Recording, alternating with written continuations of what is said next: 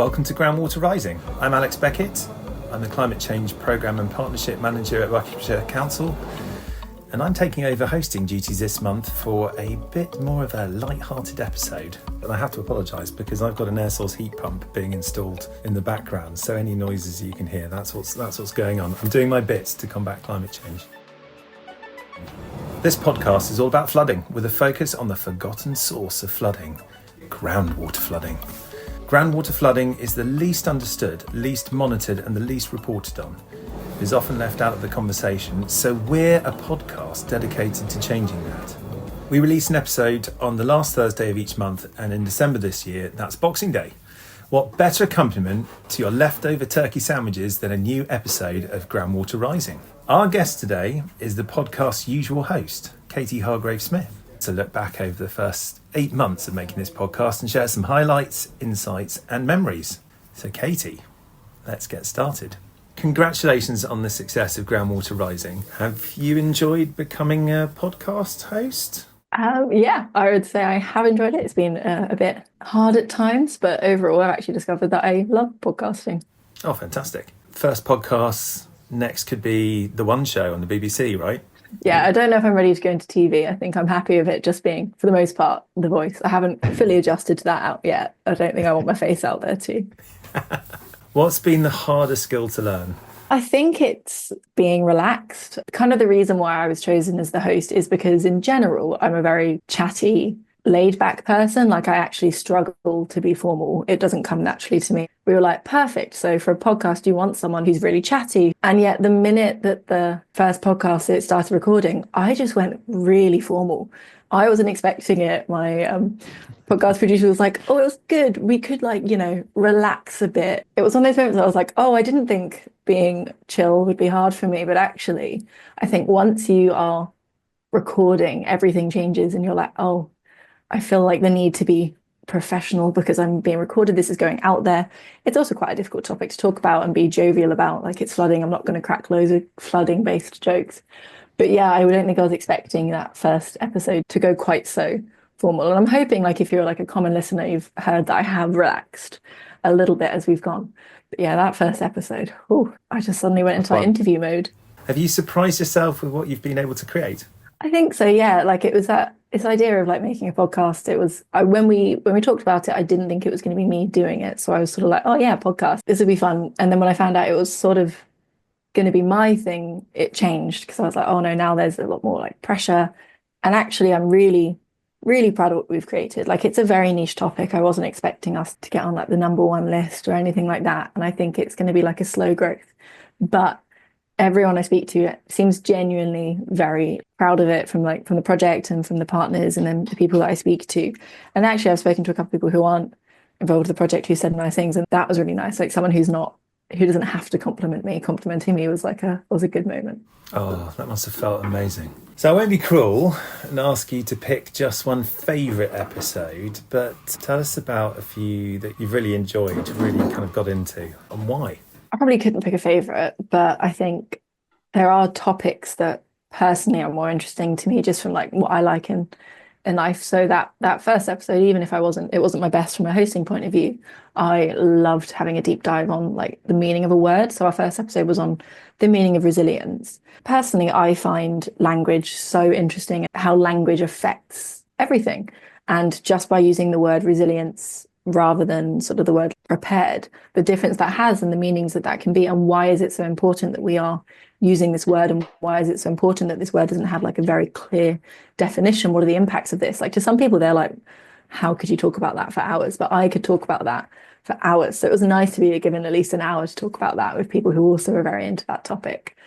I'm also like really into nature-based solutions. And so having the chance to sit down with someone and talk about nature-based solutions, we did accidentally talk for a bit too long. So our editor did have to cut quite a bit out of that one. And I can sit and I can talk about a topic if I really love it for a long time.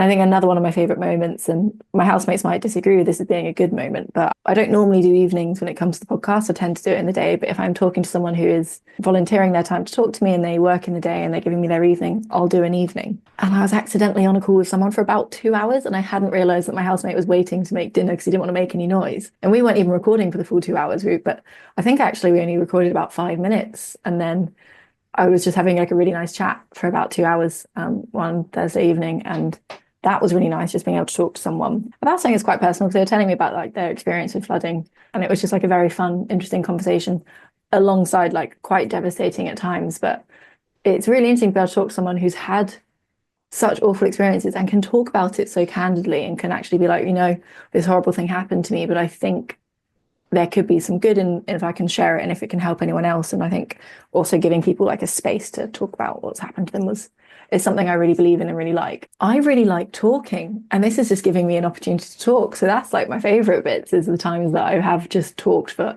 hours. Yeah, well, it's nice to be able to interview you rather than the other way around. So let's go back to the start. Why was there a need for this podcast?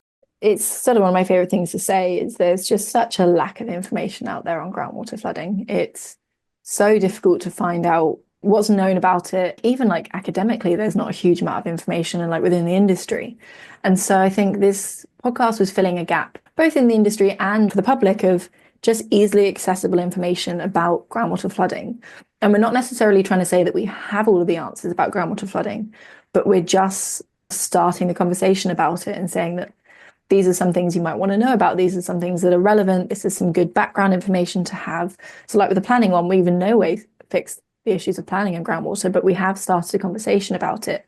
That anyone who is maybe going in to think about planning and groundwater, it's a good basis of information.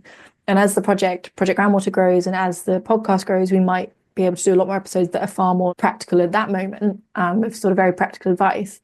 But I do think there's like a value just to having some of the background information first and then following up with more practical things. And then I think it's that importance of having different ways of accessing information. So yes, we could have written a lot of things as reports, but personally, I hate reading reports. If you put like a 20-page document in front of me, I will read the first page, I will read the last page, and I will assume everything in between those. And I'm quite good at that, so I can normally get away with it. But I would much rather spend 20 minutes listening to a podcast and spend 20 minutes reading a document. And it's not even just that I'd rather do it, it's that I will get more benefit from listening to something, because I learn a lot better from hearing things. Like it's that when at uni I would need a lecture before I could read anything on the topic, because at least I've got like that basis of information and my brain processes the information better if I hear it, that then sets me up to then learn about something. And so when the opportunity came to do a podcast, which is obviously all about listening and hearing, I was like, yes, this is something I'm very excited about. I believe in presenting information in like a wide range of ways, because people will like learn and engage differently. And podcasts are growing, I think, because a lot of people, we're busy people, and it means you can do a lot of things at once. I mostly listen to them when I drive, but I know people who love having a podcast on when they're cooking. They love having a podcast on when they're cleaning. They love having a podcast on while they go on social media. I don't know people who do that. I can't listen to two things at once, but some people love it. And it just means that people can learn about a subject that I think more people should learn about. And it doesn't take away from like other aspects of their life. It's not something that if you're going to read a report, that's all you can do. You sit there and it takes like half an hour. But if you wanted just to listen to a podcast, you could also be doing something else. So what's the reaction been to the podcast, and what do you feel the impact's been? So I think the reaction has been very, very positive, I'm pleased to say. I've actually had people ask for particular topics and episodes, and that feels really, really good, that they think the content that we make is not just good, but they want more of it and very specific parts of it. That feels good. We've had people email to kind of share their story, and that feels really nice. I want more people to email me and ask to share their story, but we have had people like reach out and said that they've heard it and they have something they'd like to share, and that's been really nice. We are growing slowly. I'm really happy to say that there is sort of steady numbers going up, which is nice, because I don't believe in putting everything down to numbers, especially on such a niche topic, but it is nice that that has been going on. It's really nice that people are sharing it about it on LinkedIn who aren't even necessarily like guests on it. It's really cool when someone who's not a guest still thinks, oh, this episode's really good, I really recommend that you go listen to this. I've had someone say that they've had it included in like part of the work they're doing for community flood group to listen to this, and this is like a resource they should use.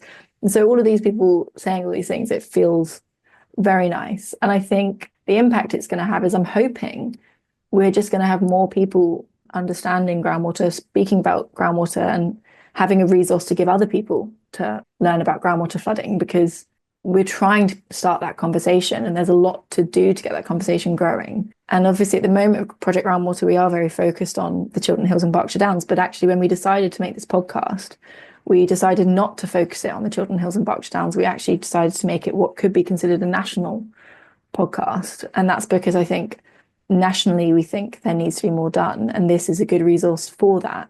And so I'm hoping that, anyone across the country, if groundwater flooding comes up to them, can look it up and they can find this and they can think, oh, I would quite like to listen to this. I can learn from this. We've got some really great episodes coming up, some ones that I'm quite excited about, that I also think can have some more like practical application, that I'm hoping someone might hear and be like, oh, I want to send this to my local authority, or I want to send this to my local flood group, or I want to send this to someone who I know has been struggling with this issue at the moment. So we're growing. So while I've said we sort of started with the background, I think we are moving into some areas of actual practical discussions that might have real impact on people.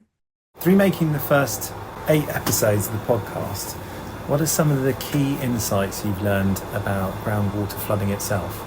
Yeah, I think it's one of those really difficult things that I felt like I had a pretty good basis on groundwater flooding, but actually it's one of those really annoying things where it's not simple and you can't simplify it. And that's one of my jobs as a podcast host, is if I think a guest is saying something a bit too complicated, I've got to try and figure out how to then translate that into simple. There's been a couple of times I've tried to do that and I've got it wrong, because you just can't simplify it. But we need to simplify it. So I think that's the thing that I've been kind of struggling with. But that's what I've learned, is that groundwater flooding isn't simple. I never thought it was simple, but I believe in my ability to simplify things. And even I've had moments where I've been like, I don't know what you just said to me, the technical words of that. Or if I try and simplify it, it changes the meaning and the meaning changes. And I'm like, oh, no, let's backtrack again then. But how can we get this? And like, I do think we've managed to get a podcast that most people, even though they're not in any way an expert on groundwater and groundwater flooding, should be able to understand. But there's maybe a couple of words that I'm like, that's a tough one. One really nice part of the podcast is where community members share their stories of being flooded. What's it been like to be able to give that platform to them? That's sort of the one thing that I was very, very strong on when we discussed this, is that I don't want this podcast to just be like, oh, let's talk to the experts. And by experts, mean just the people who are studying or are doing work on it. To me, the experts, people who actually experience it. And so I'm really, really proud and really grateful that we've got a platform where we can kind of highlight a lot of the community expertise and also just the experiences of people. And it feels really good, because I think a lot of the time, as like a society, we shy away from very strong human emotions unless it can be used for something. But if someone just wants to share how they're feeling, we don't really want to hear it. So it's nice to sort of give a space for people just to be like, actually, I want to share about something that happened that wasn't very nice and is really difficult. And some of the impacts of flooding and what it does to people is truly horrible. And like, I will be doing an episode on mental health, because I think that's really important. And I think there's an aspect of giving someone just the space to be able to say what happened to them and how it felt and what they've done. Not only gives like advice again to people, like I would rather have advice from someone who's actually experienced something than someone who hasn't. So it gives that aspect, but also I just think it's really important that we hold space for the fact that people really experience some truly terrible things. And it's why I said it's like a topic I don't fully want to joke about. It's because it's really horrible and it's only increasing. And so, I feel really good that we have a podcast that can still always like give that space to think, actually, this is impacting people. Yeah, it's really cool that we're doing this project on that. But the reason that we're doing this project on that is because of this. And it always comes down to the fact that flooding is horrible and people have to deal with it. And it's sort of a constant reminder in every episode, as much as I can get it in, that there is a reason that we do all these things. And there's a reason we're having this conversation. And it is because people experience flooding and it is horrible for them. Yeah, I'm very lucky because I live on top of a hill. But you see, you've said our favourite thing in groundwater flooding. It doesn't, if your hill is on like a chalk aquifer or something similar, you could still be flooded on a hill. It's like, obviously it relies on the geology of the area and the way that everything works, and nothing is simple. But people on hills can be flooded from groundwater flooding. It can still have a very negative impact on their life. So let's look to the future. What's next for the podcast? What areas do you want to kind of cover, and who do you want to speak to? Oh, see, I'd love to speak to everyone who wants to talk about groundwater flooding. But as I said, so mental health is one that I'm really excited to talk about. I think it's an area that luckily is growing. So I'm hearing more and more people within the flood risk industry talk about mental health, both as interestingly, like on the impact on people who are flooded, but also on the impact of people who are responding to the flooding. So that maybe that be like emergency response, or even if you're not flooded, but people like one road down from you are, and you go and help them, that's going to have an impact on them too. So I think that's a really exciting part of flood risk management, that we're actually thinking and talking and doing something about this. So I'm excited for that to come up as a topic. I really want to talk about more about aquifers. It's a very hard thing, and aquifer recharge and aquifer abstraction, what impact that has. Now, this is a future goal and I have nothing lined up, but I really want to talk about sea level rise and that impact on groundwater. Because obviously, as I said, like as a project, we're a landlocked area. We don't have any interaction with the sea. But nationally, I want to find someone who's thinking about that, who's talking about that. I'm not sure if anyone is thinking or talking about that, but it's an area I think is very interesting. I would also love to go international, and I've got some plans, I've got some connections, but we're finding that actually like groundwater flooding, it's not just a UK thing.